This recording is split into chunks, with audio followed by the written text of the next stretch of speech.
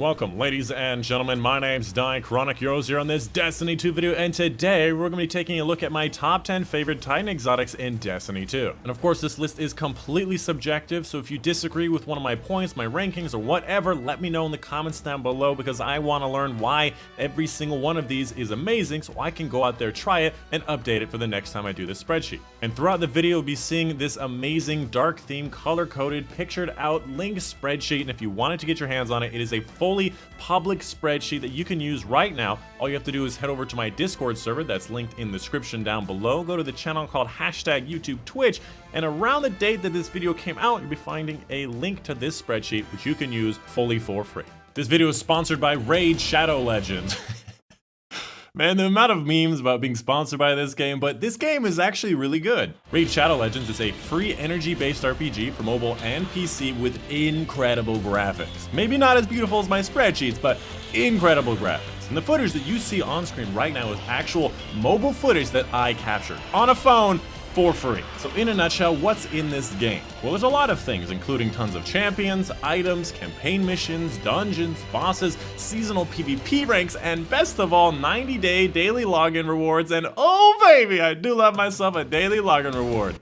What, just me? Linked in the description below, you'll find a referral link to get a big starter bonus in your inbox of 100,000 silver and a free champion Hexweaver. And boobs, check. Now, I've played a lot of energy/time-based mobile games, including Clash of Clans, Fallout Shelter, Idle Heroes, and many more, and this game is very well made. You have a popular formula made very competently, and I honestly cannot wait to see the endgame. When you get the game, be sure to add me as Diachronic. I'll be on the search for, yeah. Moving on to the spreadsheet section of this video, we'll be talking about all of the different exotics and all the rankings and all the scores that I've assigned throughout this whole spreadsheet, giving you an idea of what each exotic's value is, why or why didn't I put them in the top 10, and this time we're going to be doing things a little bit different. I've made two new columns at J and K here, where I assigned a PvE and a PvP score to each one of these items. Now, score does not directly correspond to the rankings that I've given these items. For example, the Helm of Saint 14 is 7 and 6 is more of like an averaging score, and it did get a top rating of number 3, and the reason this is because Word of Dawn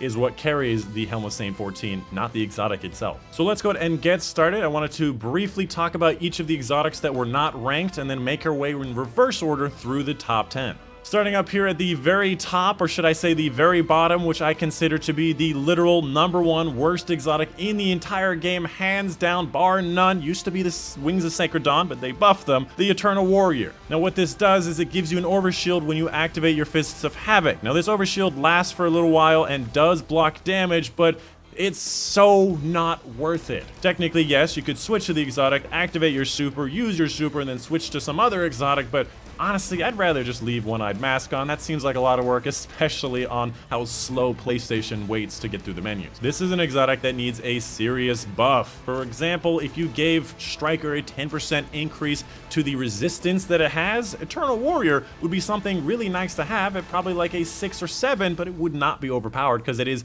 only during the super. Kepri's Horn. Solar damage kills recharge your barricade, which unleash a blast of solar energy when summoned. They did change it, so instead of a single blast, it's a blast that goes out and back in, so it's a little bit better than it used to be, but the damage is not a lot, and barricades are really not that mission critical. Unless there was a specific build that revolved around having more barricades, it's not going to be much use. Mask of the Quiet One. Basically a poor man's One-Eyed Mask. Even in PvE, I would rather use One-Eyed Mask because it's still effective at giving you extra damage, giving your health back, and you get to see enemies through walls. It's just good practice. AC/DC Feedback Fence. An exotic that I really like the look of, so much so that it's in my channel banner for YouTube. It's based on getting meleeed, getting melee resistance, and giving melee damage back to enemies. Technically, it can allow you to get 3-shot meleeed in the Crucible, allowing you to resist at least 1 more melee before you die, but I'm not that aggressive, and it's just really infrequent, and you have to get hit, then hit them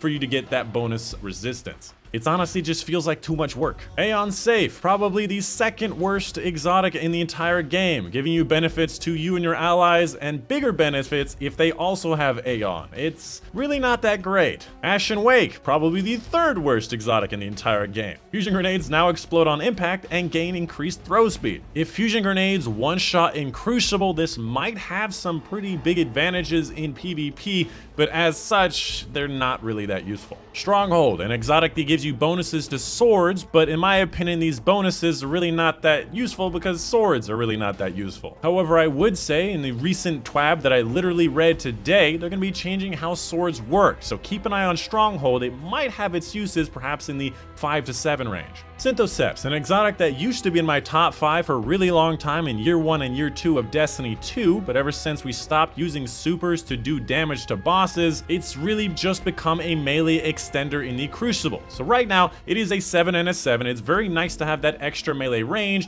extra melee damage, extra super damage, but you're never gonna one-shot melee anybody in Crucible unless they have a 0 resistance, so really all its use is that extra melee range, which is still very useful. Ursa Furiosa, an exotic that used to be in my top 5, but ever since the nerfs to super generating exotics, just doesn't give you enough. Now, I've always been a big proponent of using exotics that give you more super energy from using your supers, because it is, in definition, a useful exotic, but Ursa Furiosa nowadays just doesn't feel worth it enough. Out of all the super generating exotics, I feel like this one got hit the most, and it feels like a cat and mouse game of trying to get enemies to shoot at you. Action Warwick, if you like to shoot auto rifles or machine guns without having to reload, then sure, it's good, but it seems more like a convenience factor than a real life benefit. Armamentarium, an exotic that gives you an extra grenade charge, which is literally a positive benefit, but in my opinion, there are so many other exotics that give you faster charge rate, better neutral game, that are just more worth it in my opinion. However, obviously you can use this with any subclass no matter what you are doing. The new Season of Dawn exotic, the Severance Enclosure, where defeating guardians with a melee attack or combatant with a finisher releases an explosion. In Crucible, it just doesn't feel like it does enough damage, it doesn't feel like there's a large enough radius, and in PvE, honestly, going for finishers is more of a utility to make sure you guarantee a kill, make sure you finish off that last bit of health on an enemy,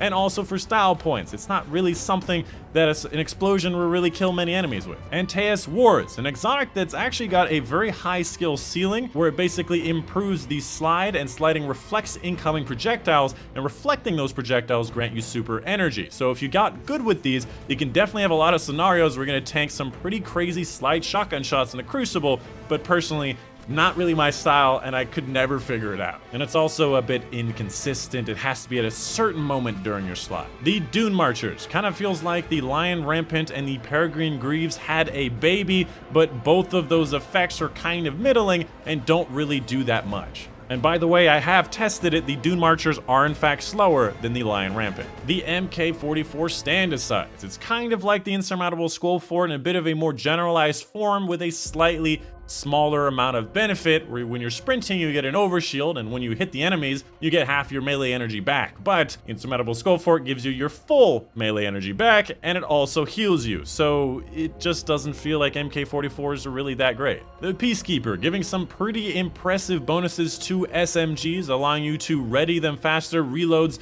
them when they're stowed, have better handling and movement speed. Definitely a really nice combo to have Recluse plus Huckleberry, where Huckleberry actually does give you Master of Arms for Recluse, but it's very infrequently that I'm going to be using double SMGs, because personally I like to use a special ammo weapon with a primary ammo weapon. And finally, the Peregrine Greaves, an exotic that gives your shoulder charge abilities in mid-air a bonus to melee damage, allowing you to do some pretty impressive damages, and in the Crucible can one-shot any super in the entire game. And that is something to be dealt with. Woo! Alright, with that out of the way, let's go ahead and talk about the top 10, starting up with number 10, the Crest of Alpha Lupi. Now, this is an exotic that I've underrated for a very long time, but after watching Dato's video on a tier list for Titan exotics, he's definitely said a lot of things that I do agree with. So this exotic generates an orb of light when you cast your super, and a healing pulse when your barrier is activated. Now, that extra orb of light is something that is always a positive and helps out your team, especially in the harder activities where you only have 2 other teammates.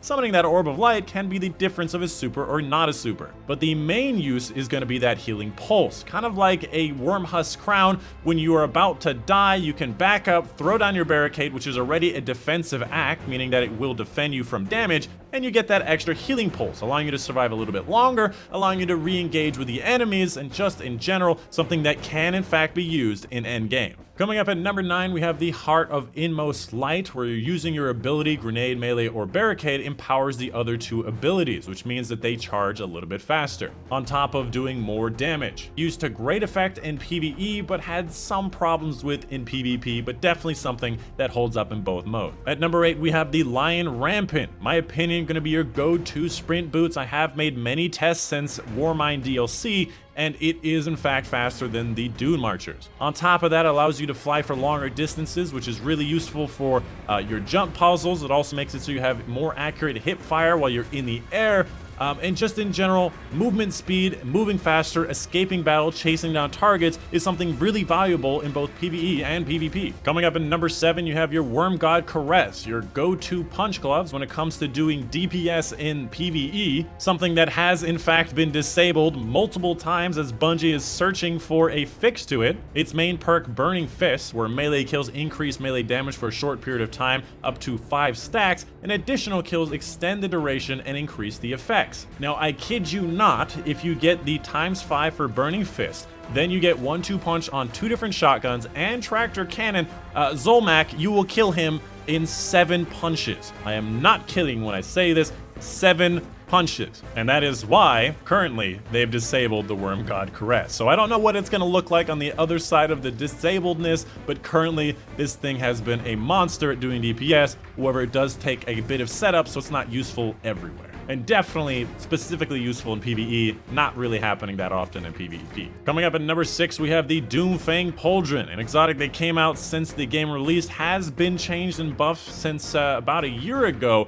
and is definitely in the race for the longest lasting super. Its main perk, Horns of Doom, where your void melee kills give you super energy, and while Sentinel Shield is active, your melee kills recharge your shield, and your shield extends your super on hits, allowing you to have a very, very long lasting super, your shield bouncing all over the place, continually hitting lots of different enemies, and if you have Brawler on and you have the full benefits of Doomfang, you can infinitely hold your super. Literally just infinitely throwing shields every time it's physically possible at a boss, and you'll never run out of super. Moving into the top 5, we have number 5, the Insurmountable Skullfort, where arc melee abilities trigger health regeneration and store melee energy. Now this has been used in every different form. Frontal Assault, allowing you to have high damage melees all the time, giving you your health back every time you get a kill. The Shoulder Charge version, doing more damage and recharging your full melee, getting your health back. And finally, the Mini Fist, allowing you to get more super energy every time you get a kill. And of course, fully recharging that immediately every time, infinite melee. Something that's really powerful. Combining the fact that you heal off of it and you get the full melee effect back is a very powerful combo. However, I would say in endgame content, it's just not that used, and that is why it is staying at number 5 and cannot really get much better. But this exotic is just a lot of fun. Coming up at number 4, we have the Phoenix Cradle. Exotic that I definitely underrated for a very long time, but after watching Dado's video, I just realized how powerful this exotic is. Something that also can be used in endgame, giving you benefits to you, your allies, and everyone around you. Its main perk, Beacons of Empowerment, where Sun Warrior lasts twice as long, and allies who pass through your sunspots are also granted Sun Warrior. Now try to stick with me here, it's a little bit complicated to explain what's going on here. Firstly, to get these sunspots, you have to be using Code of the Siegebreaker, and any one of your solar ability kills will summon a sunspot. That includes your melee, your grenade, and your super kills. This sunspot damages enemies around it and also gives you Sun Warrior. Now, Sun Warrior gives your solar abilities faster recharge rate, and your super will last longer, on top of giving you a 20% damage bonus to your gun damage. And with this exotic, it lasts twice as long after leaving that sunspot, and your allies can also get that benefit.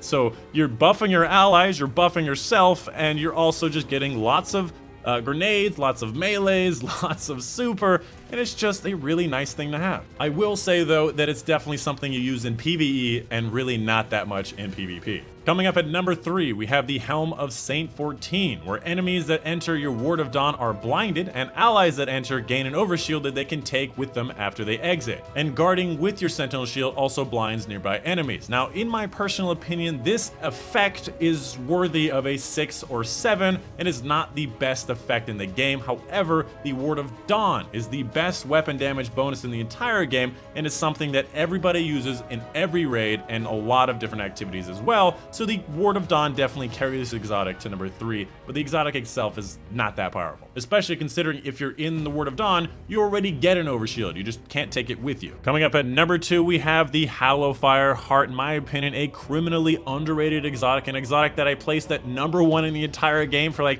the last 6 or 7 seasons in a row, and I'll talk about why I've actually changed its position to number 2 when I get to number 1. Its main perk, Sunfire Furnace, improves the recharge rate of your solar abilities, which is, by the way, off the bat, double the speed, changes your grenade charge time from 80 seconds to 40 seconds, not an exaggeration, literally doubles the recharge rate of both your melee and your grenade, and greatly improves the recharge rate while your super is charged, which bumps that up to 4 times the speed of the original charge rate. So you're getting your melees in like 10 seconds and your grenades in like 15 seconds. That's an incredibly powerful neutral game, especially if you're using Code of the Fireforge, which has the Hammer Strike, allowing you to hit enemies with a lot of damage, and also putting that effect that makes them take 50% more damage. And that in itself is so powerful. Being able to apply that every 15 seconds, and if you have more perks like Brawlers on, or you have more melee benefits, more strength, that can be even faster than that. And also having more grenades is also something that's always great to have. Now, technically, the reason why I didn't put it at number 1 is because it does not deserve a 10 out of 10. It is not the go-to only option that you should use, on top of the fact that Hammer Strike is really not used as much as it used to be, and Divinity is now your ranged version